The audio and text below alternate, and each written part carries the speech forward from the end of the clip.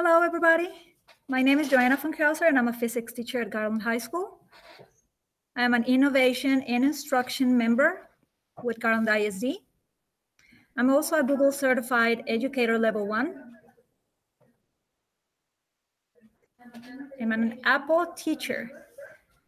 I'm really happy to have you join us for today's webinar. With me is Mr. Kevin Cooper, who teaches AP Economics at Saxe High School. He's also an innovation and instruction member. He will be answering all your questions in the chat box.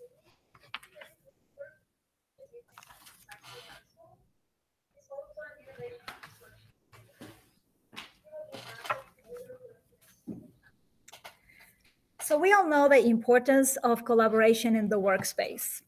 Whether you're a teacher, an engineer, or any other professional, you know that learning to work with others and provide respectful and meaningful feedback is fundamental. Today, we're going to talk about two great ways to encourage collaboration among your students. So nothing better than Google Slides and Flipgrid to generate a good environment for the students to develop collaboration skills. Those collaboration skills that they will be using in the future whenever they become part of that workforce. Google Slides is my favorite tool to get my students working in the same space. I love the communication capabilities and the fact that we can develop peer review system and make comments to each other's work, generating a workflow that benefits us as teachers. Now we don't have to wait until they finish their assignments to provide feedback. You can do it as they go, and that is a very powerful tool. The second tool that we will be working with is Flipgrid. This is a website, but it's also an app that students have available in the self-service for those using iPads. Students use it to create short reflection videos, and it is recognized for amplifying students' voices and opinions in addition to be fun. For example, you can do a formative assessment on the lesson that you did recently. You can also use it to obtain an opinion or survey from a certain topic. My favorite use is for my students to create mini tutorials to explain physics problems to the rest of the class. But we will see that a little bit further ahead. In Garland High School, as well as some other high schools in GISD, all students were provided with iPads that they can use every day for every class. All our students have a device available for their use. And if you have devices in your class, a set of devices, or you can share a set of devices with some other teachers, you can also use these tools. These two apps or these two tools work across all devices, so you can use them on anything you have available, whether they are iPads, Chromebooks, or laptop computers, even in their smartphones. And that is good news because even good students forget their iPad sometimes. So if they forget their iPad for any reason, they still can participate and collaborate with the class through their cell phones. The webinar today covers two GISD standards for students. The emphasis during this month is creative communicator. The creative communicator standard says that a student should be able to communicate effectively and express themselves creatively using different tools, styles, formats, and digital media. The second standard that we will be covering is the digital citizenship. Students should be understanding the rights and responsibilities and opportunities of living, learning, and working in an interconnected digital world. So let's start.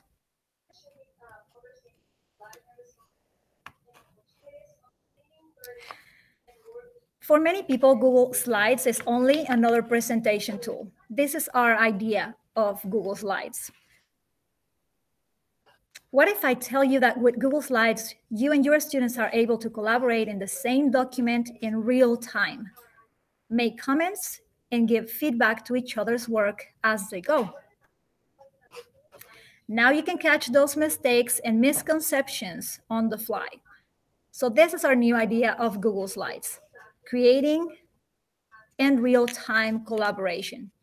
making students responsible for learning and teaching them good citizenship and communication skills. This is also great for students that are absent from school because they can work from home, participating in the same document.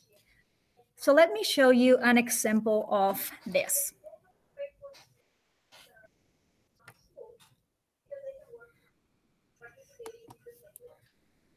So here's an example that I have for collaborative class slides. This is my template. This is what I used just recently for a class. So the first thing that I do to set up my collaborative document is create a Google Slides deck. That is very easy. If you're doing it from your Google Drive, all you have to do is go into the new button. Hopefully it will be here soon, the new button. And all you have to do is tap or click on create a Google Slides. Once you have created your Google Slides, you can start working on it. Here. So the first slide I use to show the topic that we will be working on, and I say class collaborative slides. The second slide is always, for me, a set of instructions that will guide my students through the work. So for example, here I say, make groups of 2 students, add 1 slide for your group. You can change the background, do not change the layout. So basically I'm telling you what are the rules of the game, what they need to do for this activity, and what they need to do after they finish their activity. What I like for them to do after they finish with their work is to make comments to each other. Since this was an introductory activity, I wanted to use it to start building vocabulary. So I use a third slide to list the different concepts that students should be investigating or should be doing a little research on. I have groups of 2 students. Each group is taking one of the topics. I let them choose the topic that they want because that way they are working on what they are interested on. So that's a pretty good thing because they are having some choices when they are working. Something else that I have used before is the Freyer model. In this case, I divide my slide in 4 sections, and we have the 4 different sections again for this Freyer's model, and they work filling up those different sections. Now, once I have created my slides, we need to think about how to distribute this document. So for example, you can create a QR code for the slides deck and show it on the screen during your class.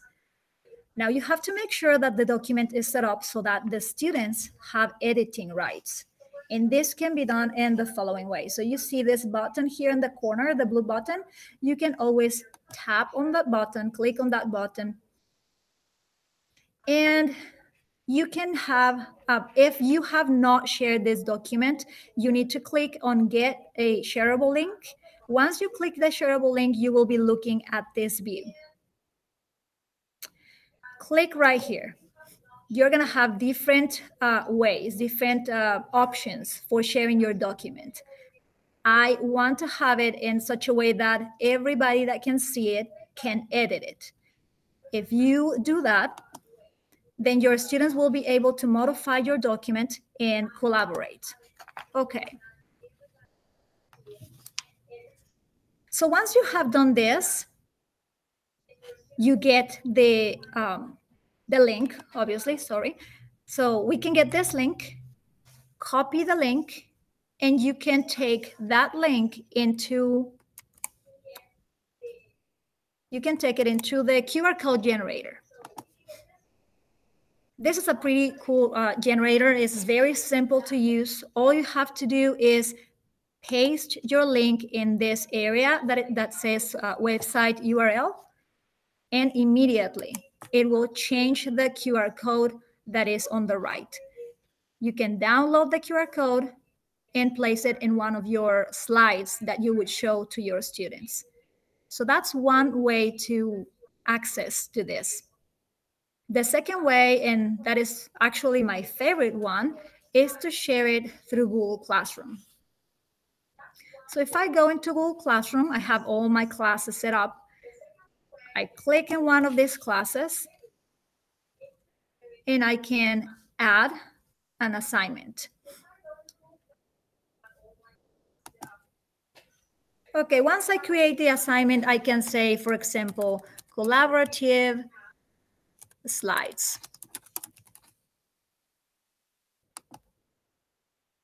There we go, that's better.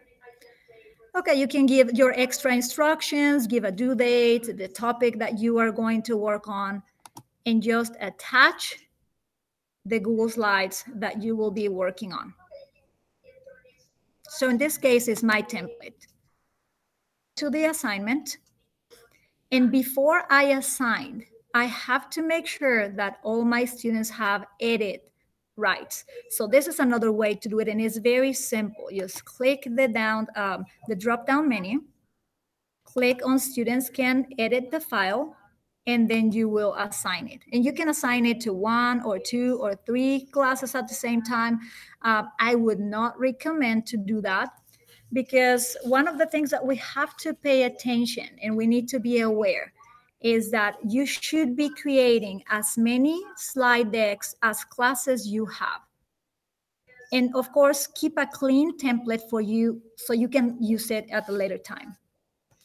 Once you have this, your students can access to the document and start working on it.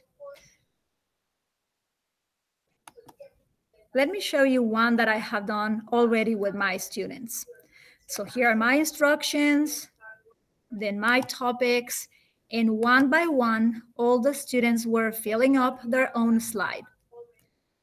One of the main instructions after they are filling their own slides with their little research is for them to make comments. So if you notice here in the instructions on step number 5, it says that each student need to make 3 constructive comments on someone else's slide, whether it's another class, not another class, but another group.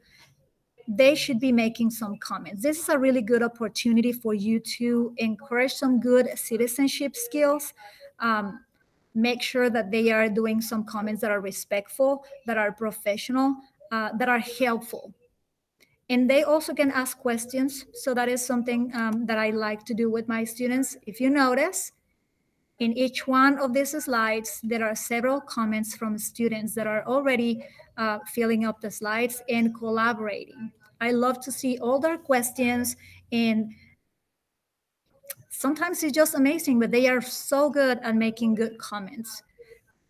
For example, here, my second student has a really good question. How does distance contribute to the given equation? So just really good questions that they can use to generate more conversation, to generate a good communication. And just by doing that, they are learning from each other. And you have a class that is centered in the students, is not centering you. They are working on their own, and you're monitoring. If you notice, I have a comment right here. I'm the third person, so I have comments in all the slides trying to check what the students are doing as they are doing it. I don't have to wait until they are completely done and they turn it in, and then I have time to actually grade it. I have the time and I have the chance to work as they are working, and that's a very, very powerful tool. If you want to have a template of this collaborative slides,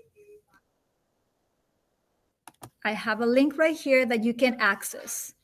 So in this link, you are going to find that collaborative class template slides. You can access, copy the link, put it in your browser. Once you are there, click File and make a copy. And you have a template for you. You don't have to start from scratch. Okay, let's move on into the second tool. So the second tool that I wanted to talk about for collaboration is Google's, not Google Slides, but Flipgrid. Yes, Flipgrid. So let's move into Flipgrid. So to do that, what you have to do is go into flipgrid.com. And let me repeat that because you cannot see it in my browser little space. The link is flipgrid.com. Once you go there, you can create a teacher login. So click on teacher login.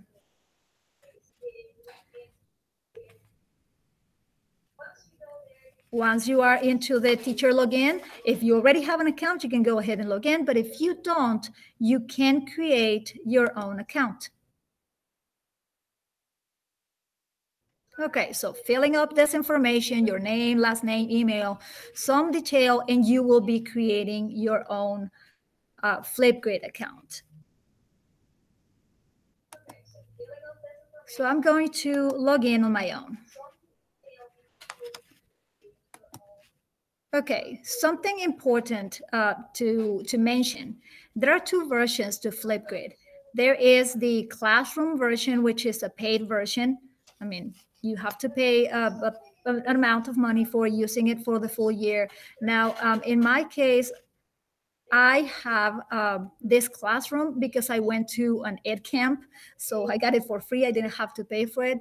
But if you want to pay for it, I mean, it is really worth it.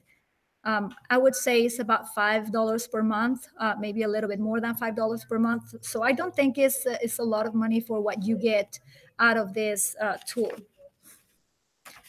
Now, what is the difference between the free version and the paid version? Well, in the free version, you have just the option to one grid. And the grid is the content, is like the container to all your topics. If you have the paid version, then you are able to do more grids. In this case, I have 2 grids already set up. Okay, so if you see here on the top, and this is just a quick tour, you can play with it a little bit later and discover how wonderful is this Flipgrid little thing. If you go into the dashboard, you will see all your stats, the number of videos that you have, the new videos that you haven't seen, the number of hours of video that you have recorded by your students. If you go into the discovery, you have ideas and templates to use Flipgrid. My favorite place is connections. If you go into connections, you are able to connect to many other teachers and many other students in the country. Let's just click here in Voices for the Global Goals. So if I go there and scroll down, I'm going to be able to visit the grid. And this grid is from somebody else in the country. It's not mine. But you can see the contribution from some other students. So you have the opportunity to actually participate in conversations that are far away from here. Your students can hear some other opinions and things that are really worth hearing. Okay, I'm gonna go back into my side because what I wanna show you is how to make your own grid in topics. So let me go back into my grids. Okay, so down here you will find the create a new grid. So create a new grid is just basically following the steps. You tap or click right there and you will be putting the name of your grid. This code right here, the grid code is pretty important. That grid code is how your learners will have access to this grid. So it's very important that you keep up with this one. You will have to have a description of and purpose of your grid, something that describes what is that you have there in many different settings. So features, things, if you want to receive an email every time somebody submits an answer, you have a way to customize it, add pictures to your grid, etc., etc. So you will be creating your grid. Once you have created your grid, what you will do would be create a topic. So creating a topic is a similar procedure. You will have to tap that new topic button and start filling up the form. So topic details, you have your title, the date that you're creating your your topic.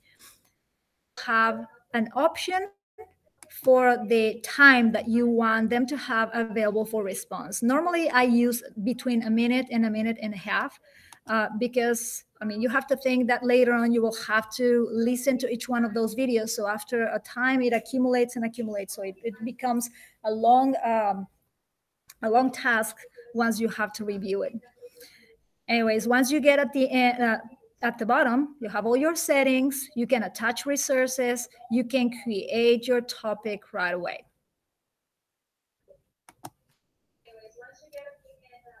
Okay. And once you have created the topic, the fun will start.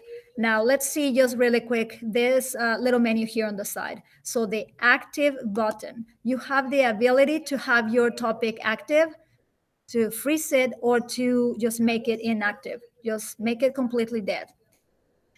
You also have the chance to edit the topic, view the videos, duplicate the topic, or maybe even delete it if you don't want it anymore. Anyways, here's what my students did for the final test review last semester.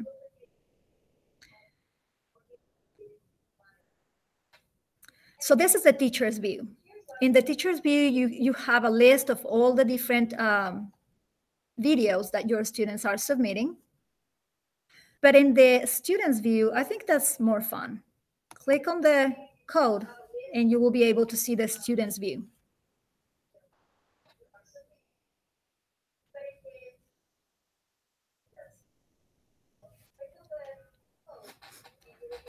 Okay, and this is where the fun starts.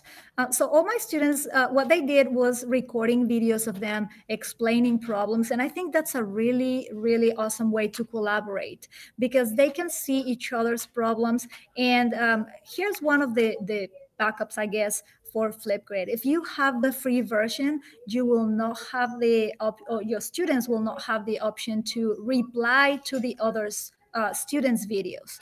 Whether with the paid version, they will have the option to reply. So for example, each one of these videos had been watched and replied a few times. And that's, I think, where the collaboration starts, when they are able to have that communication. So somebody posts a piece of work and somebody else has a response to that piece of work. Anyways, they will click on the plus sign. You allow the use of the microphone if you haven't done that, and then you can do your video. Hello, everybody. On this little camera right here, and it will start recording right away. And then you can answer your question. And once you answer your question, you click on the arrow that is on the right. At this point, at this point, you will review your video. You like it, you don't like it, you can re-record it. But if you like it, you can keep going. And the next step will be to take a selfie. So, hello. And this is what my students really, really love. Once they have taken that selfie picture, they can decorate it with many different things. That's where they have so much fun. I know this is not really part of collaboration, but as long as they have fun, I mean, it is really cool when they can do things and play a little bit at the same time that they are learning. So here we go. We submit our video. Great. All I have to do is complete with my name, my last name, and it's not necessary to put the email. If they want to do it, it's fine, but I never request an email. So they are complete. And that's the fun of Flipgrid. Okay, so let's go back into our presentation. Guys, if at this point you have any questions that you may want to ask, that would be great. We have awesome people here helping us in the chat box. Is there anybody? Okay, so if there are no, if we don't have any questions, then please don't forget to complete your attendance form to get the PD credit. Follow us on Twitter at FunkhouserJoe and at Cooper Ed Lead. Thank you for joining us and see you next time.